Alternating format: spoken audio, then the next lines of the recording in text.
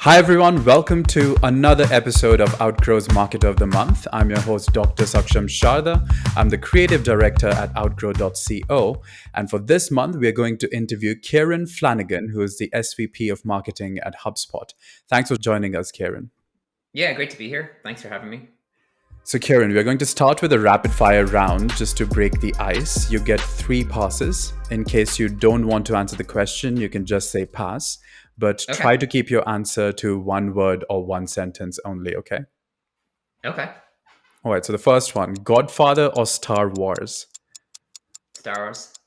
How many hours of sleep do you need to function? 5. What's your favorite carb? Bread, pasta, rice, or potatoes? Pasta. Most embarrassing moment of your life? Pass. What does the acronym SCUBA stand for in scuba diver? No idea. Pass. What's your ideal outside temperature? Oh, wow. I don't know. Cold. All right, favorite type of muffin? Blueberry. The first movie that comes to your mind when I say the word ambition? Um, Wall Street. Money never dies. The city in which the best kiss of your life happened? Pass. A habit of yours that you hate? Anxiety. And the last question is your favorite Netflix show? Um, Ozark.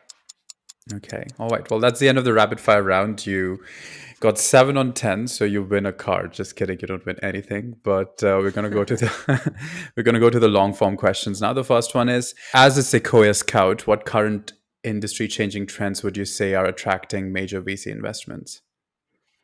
Yeah, I think the areas I stick to are really the areas that I know. So product-led growth, SaaS, Web3. I think all of those are still growing. I think all of those we're still at the early stages of innovation, in particular in Web3 is obviously at a very earlier stage than cloud and SaaS and product-led growth businesses. So I can't speak to the full range of all of the things that different scouts within the Sequoia company and program actually invest in, and the different sectors that they spend time in. I think as a good investor, you try to invest in the things that you understand, and so for me, that predominantly is cloud, SaaS, a little bit more of Web3 because I spend a lot of my time there, and they're the kind of businesses that I enjoy spending time with and getting to know and invest in. And speaking of industry changing trends, why do you think most tech companies will look like media companies in the future? I think most tech companies, I think media is a great investment for most tech companies. If you look at a lot of the different trends that are happening all together, it's never been more expensive to do paid advertising. CPM costs have gone up each year over the past number of years because we've just seen a record number of companies being started. And so when companies are being started, they're very reliant on paid advertising in the early days. If you look at venture funding, there's never been more venture funding. I think there was record venture funding allocation in 2021. I think 2022 may slow down. Haven't seen the correlation or the comparison to 2021. 40% of all VC money is actually spent on Facebook and Google. And so a lot of that VC money goes into advertising. So that increases the competition within paid advertising platforms. You saw during COVID, a lot of businesses kind of pivot their money from offline activities to online advertising. And so you see the cost of CPM going up. So it's harder to reach people through paid advertising channels. There's a lot of decline in the amount of organic traffic from search over time. Like Google has really optimize those pages to keep people on those pages or to keep people clicking paid ads. And so you see a decline. We see a decline in the amount of organic traffic we can get through the different positions on page one in Google. So a decline in click-through rate on organic search listings.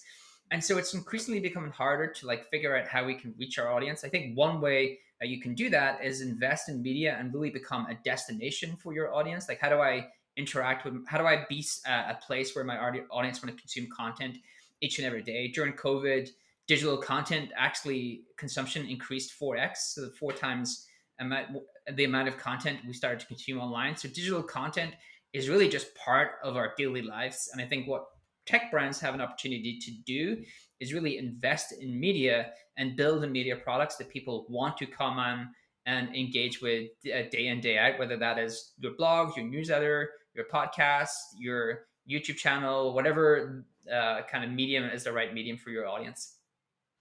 And what role do you think community-led growth plays in all of this? And what do people get wrong about community-led growth here?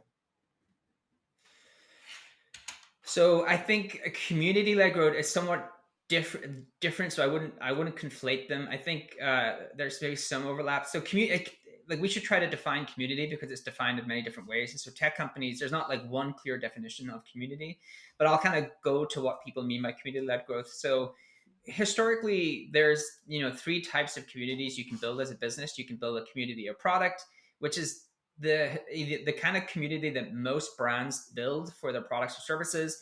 I build a community of customers who can help other customers be successful on my tools. And that is the most common type of community you see tech brands build. There are other two are like a community of practice where we build communities around knowledge. Like you join a community because you want to become better at something, and there's people within that community who can help you. And then a community of interest and hobbies. And so you actually want to join a community because they share the same passion as you. I think community-led growth is so community of product is really I interact with your brand in some way. I become a customer, use your product, and then become a community member. So community as at the end of that flywheel. In community-led growth, community is like ubiquitous across the entire flywheel. So community helps attract people to your brand. Like it's the first interaction they have with you. It helps people onboard to your product, and then it helps those customers stay engaged with your product. So it's actually across the full kind of flywheel from acquiring customers to activating them to onboarding them onto your products to retaining them. To do that, you actually have to get really good at building communities of practices, which is like, how do I build communities around knowledge so that I actually teach them something before they ever need my product? And so that is what community-led growth is. What was this? What was the second part? I want to make sure I answer And what do most people that get question. wrong about community-led growth? Oh yeah. Okay. So what most people get wrong is actually they really underestimate how hard it's going to be to do. So community of product is actually much easier to build because there's no real competition. Like you are building a community around your product, so you're the only community of that type. You don't have competitors. You don't have like competitors trying to build a community around your product for the most part. But community of practice, like if we build a community around knowledge topics, then anyone else can build that community, right? And so you imagine there's a ton of companies who are trying to build a community of practice around the same topics. Now they're actually all competing with each other for those people to join their communities. And so it becomes much harder to build a community of practice because you have much more competition, and because all companies will eventually want to build communities in the same way and actually have large amounts of people coming into the community before they ever use their products and services. There's going to be much more competition. The other thing that people get wrong is it's really going to be hard to turn community into a really core acquisition channel for your product. And so if you really just kind of just do the math, let's say that we had 10,000 people in our community, which is a lot of people. Actually, that would be a very successful community. It's really hard to build community. Anything above 1,000 people gets really hard to manage because communities are at their best when they're smaller because people can interact with each other in very valuable ways. They become much more complex where they get bigger. It's harder to drive engagement because there's so many more people in there and you're trying to cater to so many more needs. And so if we say we can, oh, well, like let's say we can build a community of 10,000 people, which is very common in Web3. We can go into why they've done it so well.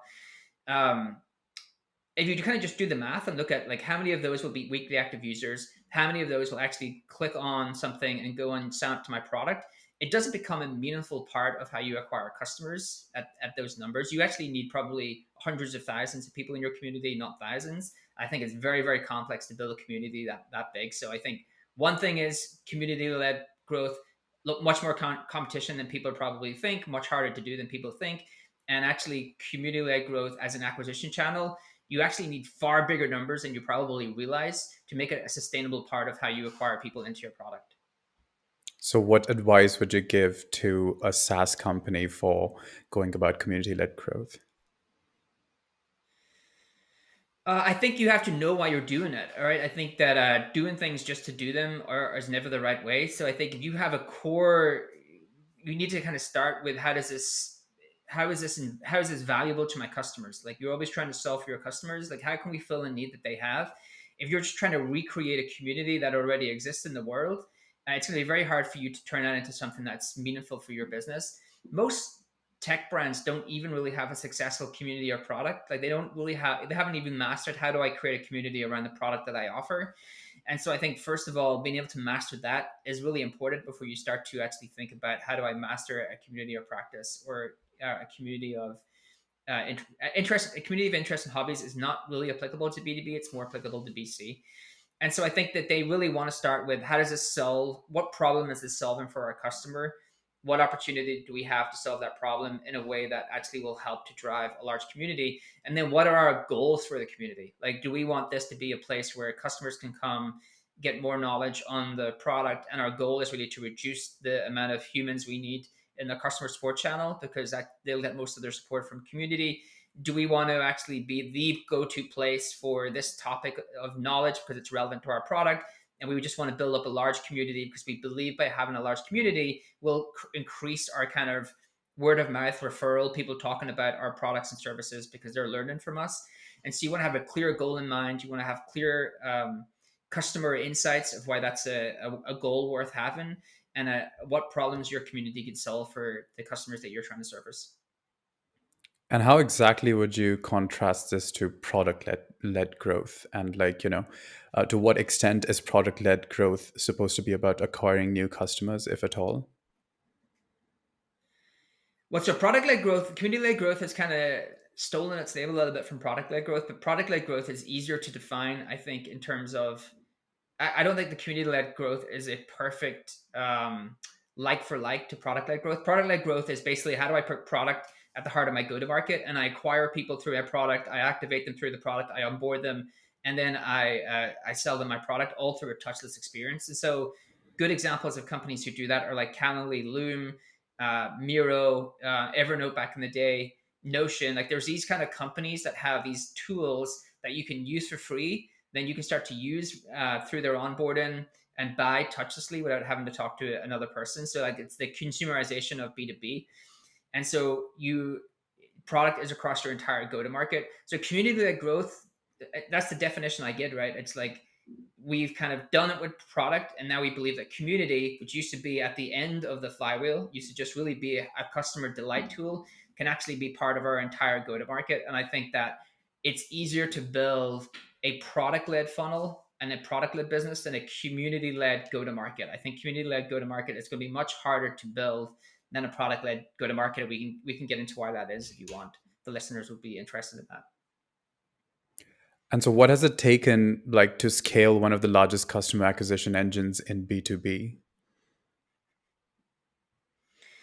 I think we can leave tactics to one side, because I think we can talk there's just, everyone talks tactics. And so I think some of the things that actually are kind of gotchas in when you're trying to build a very large customer acquisition engine are, and things you may not think through, is often it's not the new things that actually drive a lot of your growth. It's the things that you go deeper into and find the kind of couple of nuances that really, really matter. So instead of like trying to kind of peanut butter your resources across a lot of different things, you actually find a couple of channels that can drive uh, real meaningful growth for you. And you go very, very deep into figuring out all of the kind of absolute you go into very deep to find all of the things that truly, truly matter in being successful in that channel. So if you're saying, oh, like, I think the way that I'm going to grow is through search and content, then how do you go really, really deep and find all of the kind of core things within that channel that truly matter in terms of beating your competitors, in terms of differentiating you from everyone else? And so I think most kind of teams want to do everything at a surface level. Like, I'll do a little bit of this, I'll do a little bit of this, I'll do a little bit of this. Where actually what you're better doing is trying to figure out, like, what are the 1-2 channels that are truly going to matter. So I think going deep versus going, like, depth versus breadth, I think is really important. The other thing is, like, team alignment is really, really important. Like, it sounds really kind of boring, but actually making sure that you have teams who are aligned around goals, and making sure when you have those goals, you have teams that can be fully autonomous for those goals, so they can own those goals in totality. They're not dependent upon other teams who have different goals. When you grow pretty rapidly, what happens is you have a bunch of teams, they all have their own goals, but no one team can own its goal individually, and so they're all dependent upon each other. But because they have their own goals, they're all in conflict to each other. And so again, coming back to like real prioritization, what are the couple of things that matter, and making sure I align my teams around them, making sure they can be really autonomous to those and own those things in totality. So I think depth over breadth. I think team alignment is one of those gotchas. And then I think like everyone kind of knows like hiring, and so there's just like a big difference between good and great. And I think really trying to find some people who are truly great in the areas that you matter are going to not just have a large impact on your results, but have a large impact on how they can teach everyone else in the team to be truly great. The other thing that we do really well is we bundle everything up into like repeatable playbooks. So we build like what are the absolute truths of the things that matter, and then build first principles around here are the things that we need to excel at to build this thing in a repeatable, scalable way. And we bucket that up into a playbook, and we can teach that playbook to the entire team. And we kind of repeat those things until they no longer work. And so I think there are some of the kind of things that truly matter in building out one of those large distribution engines. And so, what's been your experience doing this for? I guess you've done it for Salesforce and then Marketo, and now you're the SVP of marketing at HubSpot. So, what has been the trajectory here?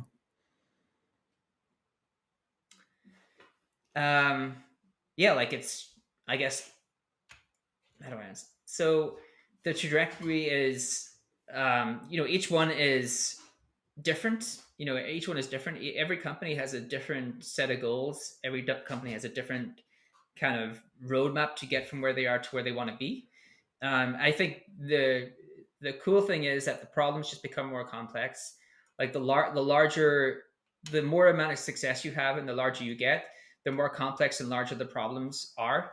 And so I think that's the thing that kind of changes as you grow, and as the thing you do becomes more successful, is you have to just solve much larger problems, much more complex problems. And you started off as a computer science major. So, what was the shift from computer science to marketing for you like? I think, look, I think computer science and software engineering is around problem solving. Like, how do I find efficient, scalable ways to solve problems? And to me, when I went into marketing, that's how I kind of that's my was my approach to marketing is how do I find complex problems, like the problems that we're solving? How do I know they're a problem worth solving? What are the insights I have to show that they're a problem worth solving? And how do I build repeatable, scalable playbooks to solve those things? And so it's the same sort of thing. You pull apart problems, and then you find like really good, efficient, scalable ways to solve those problems. And I found that my background in computer science and software engineering was actually a really good background to have when I went into marketing. And speaking of what you talked about earlier about hiring talent, so what is, especially in the current economy when everyone's talking about how hard it is to hire A plus talent, what is your thoughts on that? I think companies, I think there's only a finite amount of A plus talent, and I think it's the interview process is a clunky way to find it. I don't think it's the best thing we have, but it's still a clunky process. It's much better if you can build A plus cultures. Like if you can actually build a culture where people can come in, learn, and do their best work and become an A plus player on your team. Like the reality is, even if you could have a process that always 100% accurately pinpointed A plus players, there's only so many of those people that exist, and so not all companies are going to hire like the A plus, whatever that even means. And so I think if you can build a culture and an environment where people are learning from each other, where you give support to them for those people to do their best work, or provide them with the kind of the opportunities to do their best work, I think that's much more important, or you're going to have a much better team overall, versus if you kind of have a team that there's these one or two good people and everyone else is like struggling to reach that level, versus having a culture where everyone can kind of rise and become good and A plus players over time together. And do you think it's possible to build such a culture remotely, considering the debate we're having around remote work versus coming back to office? Yes, yeah, I think so. Like, I think I think I don't even think it's really much of an argument. We've seen great companies operate remotely and great people within those companies. Great people can do great work regardless of location or where they do that work from. If you're a person who is not fully engaged within the company, you go into the office and you slack off work, then you're going to replicate that if you work remotely. If you're someone who's truly engaged with the mission, does great work, and you can do that whether you're in the office or you are working remotely. Okay, and one question about, because you've mentioned several times in this interview, the flywheel, the marketing flywheel. So, what exactly are your thoughts on the traditional demand funnel collapsing in this era? In what sense do you think it's collapsing? Yeah, I think the flywheel is just a recognition that your customers are your best marketing channel, and that we've underinvested in making sure that our customers are happy and making sure that our customers have an amazing experience with us. And the flywheel is like, if you acquire someone, you engage them, you convert them into a customer, then you need to have a delight stage to turn a portion of those customers into referrals for your business. And all the truly great businesses have a real engaged, successful, happy customer base that are willing to recommend their tool or product or service to other people. And so to me, this kind of does speak to the community part that we started with, which is, if you have a really great community where customers are engaged, happy, learning from each other, you're just going to have a much better flywheel, because a portion of those customers are either going to recommend you to their networks, or when they go to their next job, make sure that they bring your tool with you, because they are so, they're not just happy with the software, they're happy with the whole package of all the things that you provide.